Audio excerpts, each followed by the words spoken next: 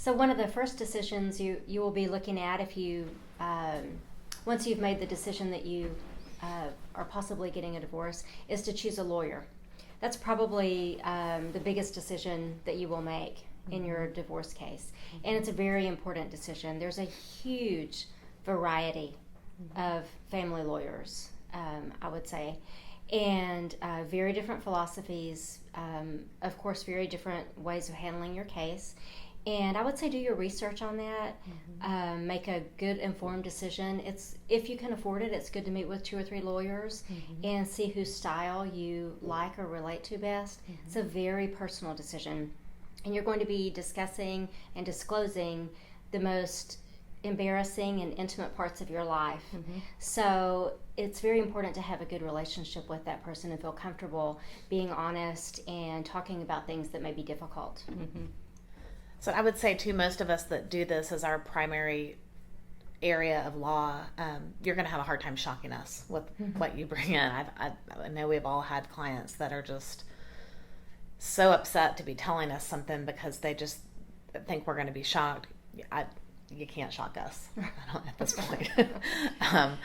But that being said, you do, if you can afford it, and if there are board certified family law specialists in your area, then I would highly recommend seeking someone's advice who's board certified. You don't want what we would call a dabbler or someone that has 7 or 8 different areas of law listed.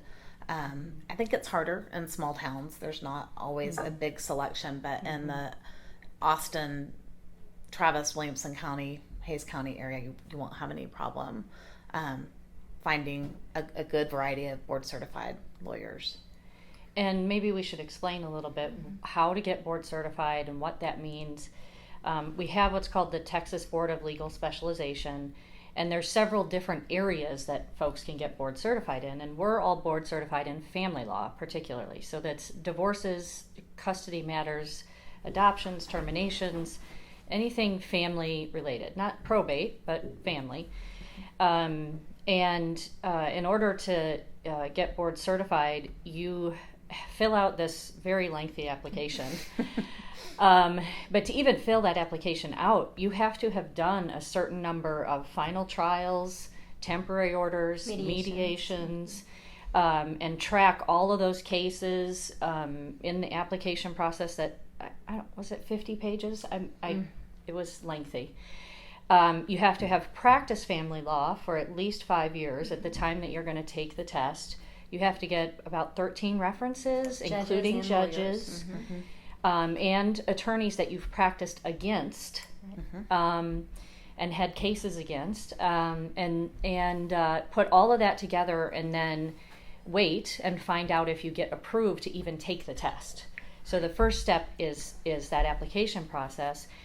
And then if you get approved to take the test, wow. You take another bar exam. Wow. It was much harder than the bar exam. Yeah. Much harder. It consumed probably a good 6 months of my life where my kids were going, do you have to study every weekend? Right. It was really intense. And you think about it, the family code is, 1,500 pages. And it, because there's so many areas like real estate, internal revenue code, right.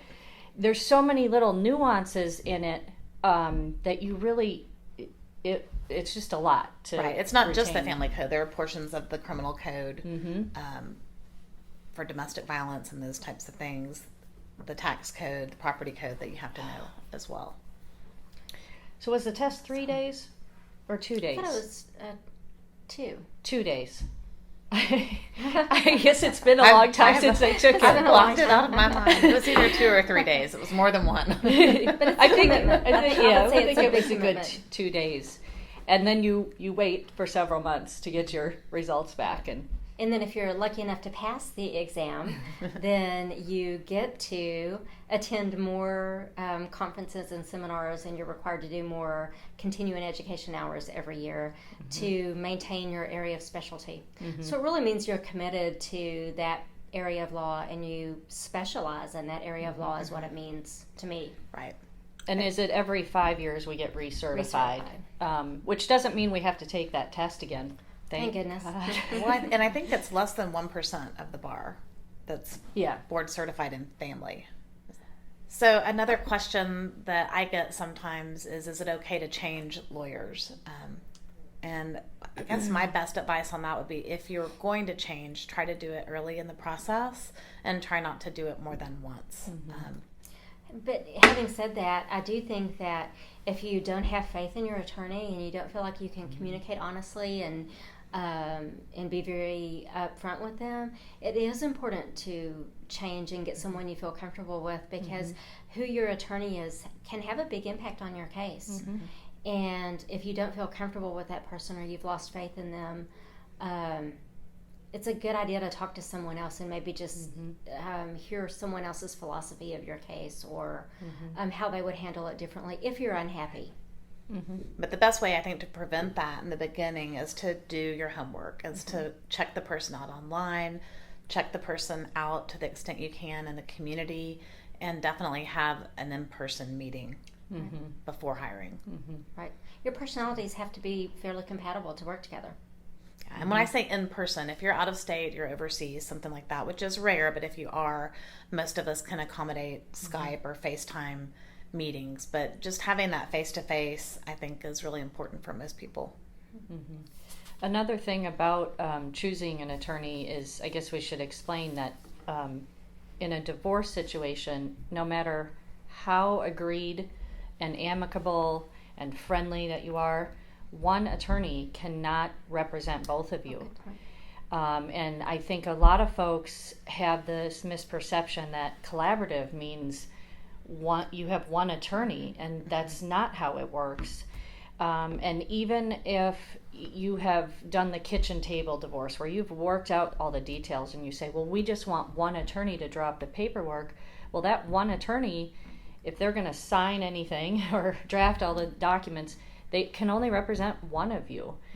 And we handle a lot of divorces like that, where we have a pro se person on the other side. They've pretty much worked everything out. Maybe we go to mediation, but we're the only attorney on the case, and we represent one spouse, and we draft everything and help them get the deal done, basically. We handle all the closing documents.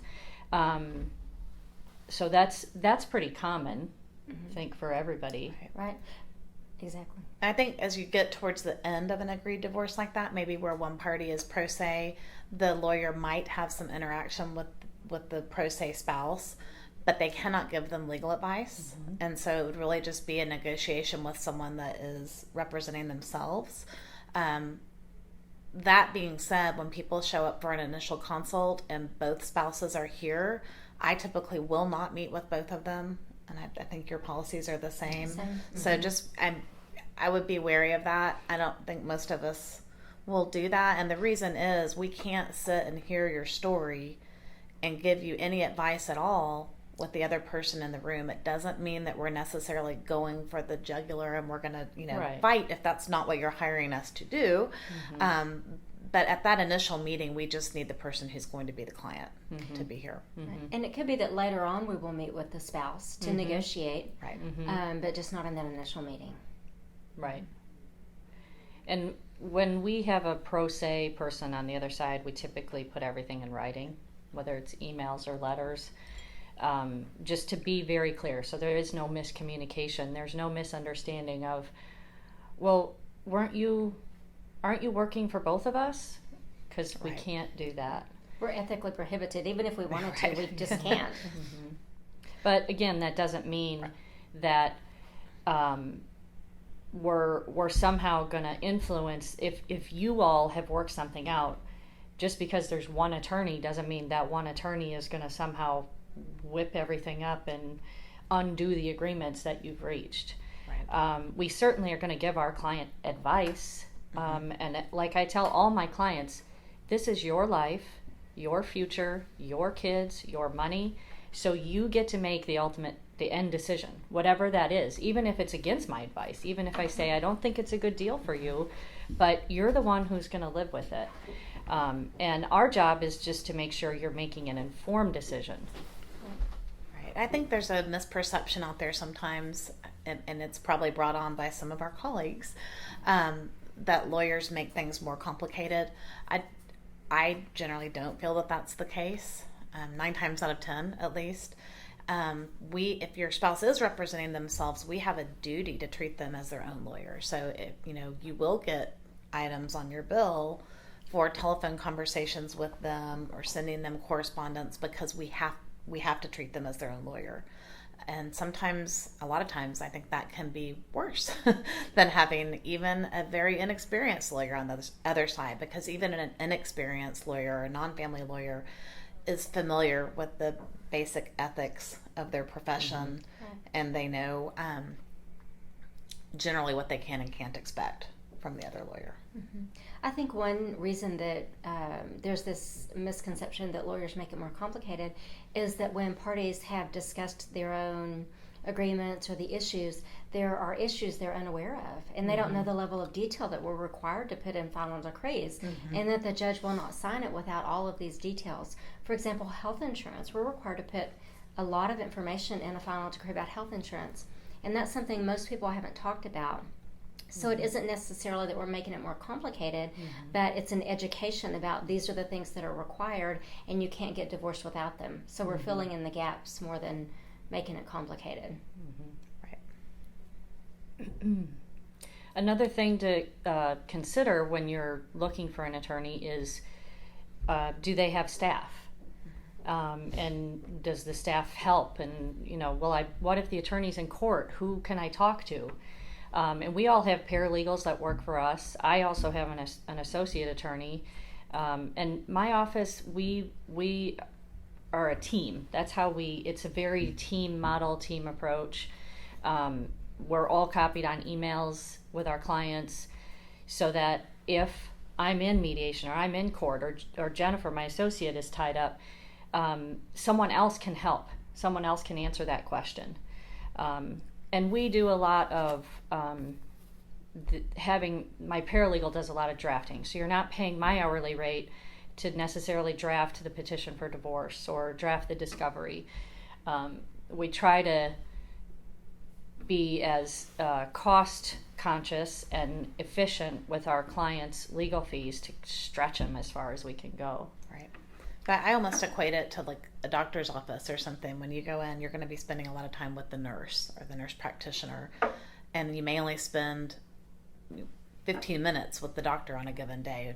I think you do spend more time than that with your lawyer, but with the paralegal staff specifically, they are doing a lot of the legwork and the prep, and that's more efficient. There just aren't enough hours in the day, and you wouldn't want to pay our hourly rate to do that prep work. Right.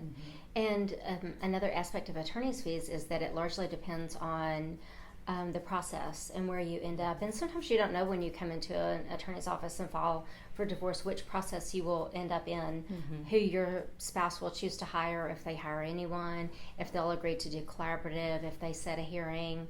There are a lot of variables that you often don't know when you first hire an attorney. But how much you pay your attorney will depend entirely on how many hours they spend on your case. So all family law attorneys bill by the hour. And so at one end of the spectrum would be litigation, which will be the most hours. And at the other end of the spectrum would be, we're really just putting your documents together and advising you on the details that you need to complete and reach an agreement on. And that would be the least expensive way.